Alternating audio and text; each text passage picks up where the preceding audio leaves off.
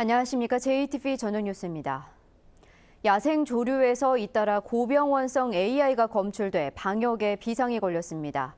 농림축산식품부는 지난달 24일 정읍시 신태인읍에서 채취한 야생 조류 분변에서 고병원성 AI 바이러스가 검출됐고, 지난달 27일 전주천에서 발견된 외가리 폐사체에서도 고병원성 AI가 나왔다고 밝혔습니다.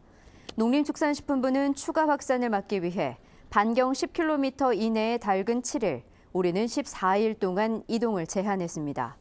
그러나 농장 가금류가 아닌 야생 조류라 주변의 가금류를 살처분하진 않습니다.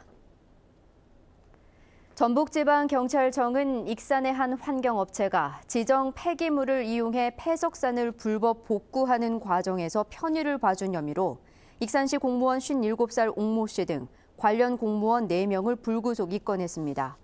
경찰은 이들이 1년 6개월인 환경업체의 폐석산 복구 계획 기간을 13년으로 연장해주고 폐기물과 흙으로 혼합해 복구할 수 있도록 설계를 변경해주는 등 업체가 막대한 이익을 챙길 수 있도록 특혜를 제공했다고 밝혔습니다.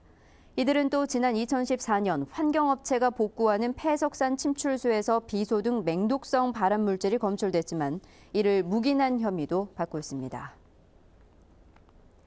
원도심 학교 이전 과정에서 혼선을 빚은 것과 관련해 국민의당 전북도당이 김승환 교육감의 책임 행정을 촉구했습니다. 국민의당은 교육부의 학교 총량제 때문에 원도심의 곤지중학교와 덕일중학교를 신도시민 에코시티와 만성지구로 옮기기 어렵게 됐지만 전북교육청의 체계적인 준비가 부족해 학교 이전 과정에서 찬반 갈등만 커졌다고 비판했습니다. 전라북도의 1월 소비자 물가지수가 101.93으로 전년 동월 대비 1.9%나 급등해 51개월 만에 최고치를 기록했습니다. 또 서민들의 체감 물가에 밀접한 생활 물가지수도 지난해 1월에 비해 2.3%나 오른 것으로 나타났습니다.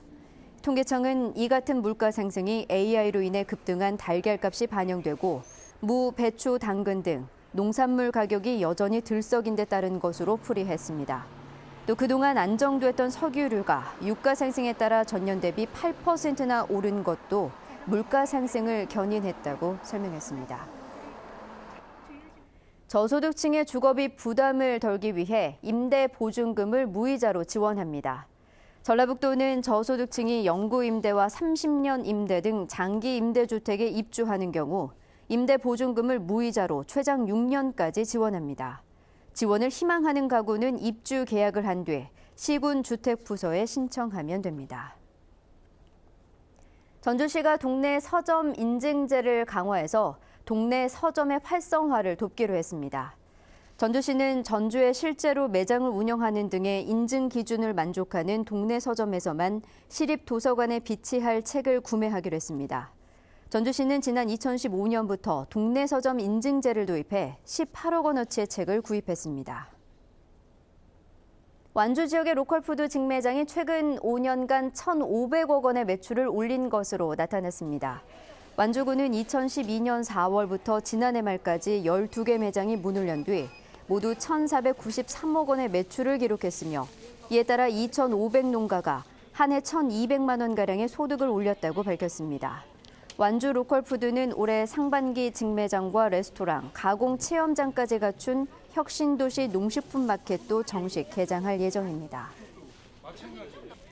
한국전기안전공사가 정읍 첨단과학산업단지에서 연구실증단지와 교육원 착공식을 가졌습니다.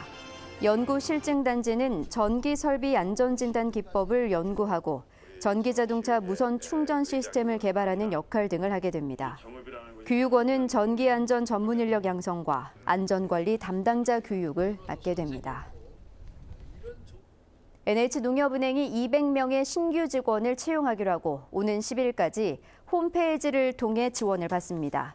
농협은행은 시도 단위로 권역을 구분해서 출신 고등학교 또는 대학교 소재지나 현재 주소지 권역에서만 지원할 수 있으며 해당 지역 학교 출신자를 우대한다고 밝혔습니다. 군산경찰서는 공업용 실리콘을 훔쳐 흡입한 뒤 모텔에서 난동을 부린 혐의로 36살 선모 씨에 대해 구속영장을 신청했습니다. 선 씨는 어제 오후 군산시 회현면 한 자재창고에서 공업용 실리콘 30여 개를 훔친 뒤 인근 모텔에서 일부를 흡입하고 내부 집기를 부순 혐의입니다.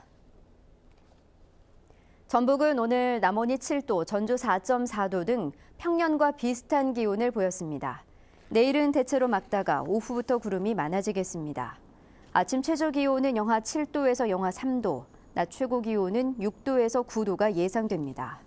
입춘이자 주말인 모레는 오후부터 비가 시작돼 일요일까지 이어지겠습니다. 산간 지역에는 비가 눈으로 바뀌는 곳도 있을 것으로 보입니다. 전주기상지청은 당분간 큰 추위 없이 평년과 비슷한 기온을 유지할 것으로 내다봤습니다.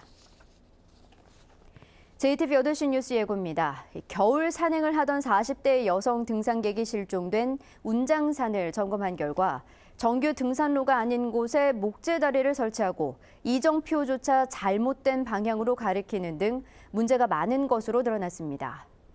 운장산 조난 사고 같은 상황에 대비해 자신의 위치를 알릴 수 있는 국가지점 번호가 도입됐지만 사고가 발생한 운장산에는 표지판이 단 한 곳도 없었습니다.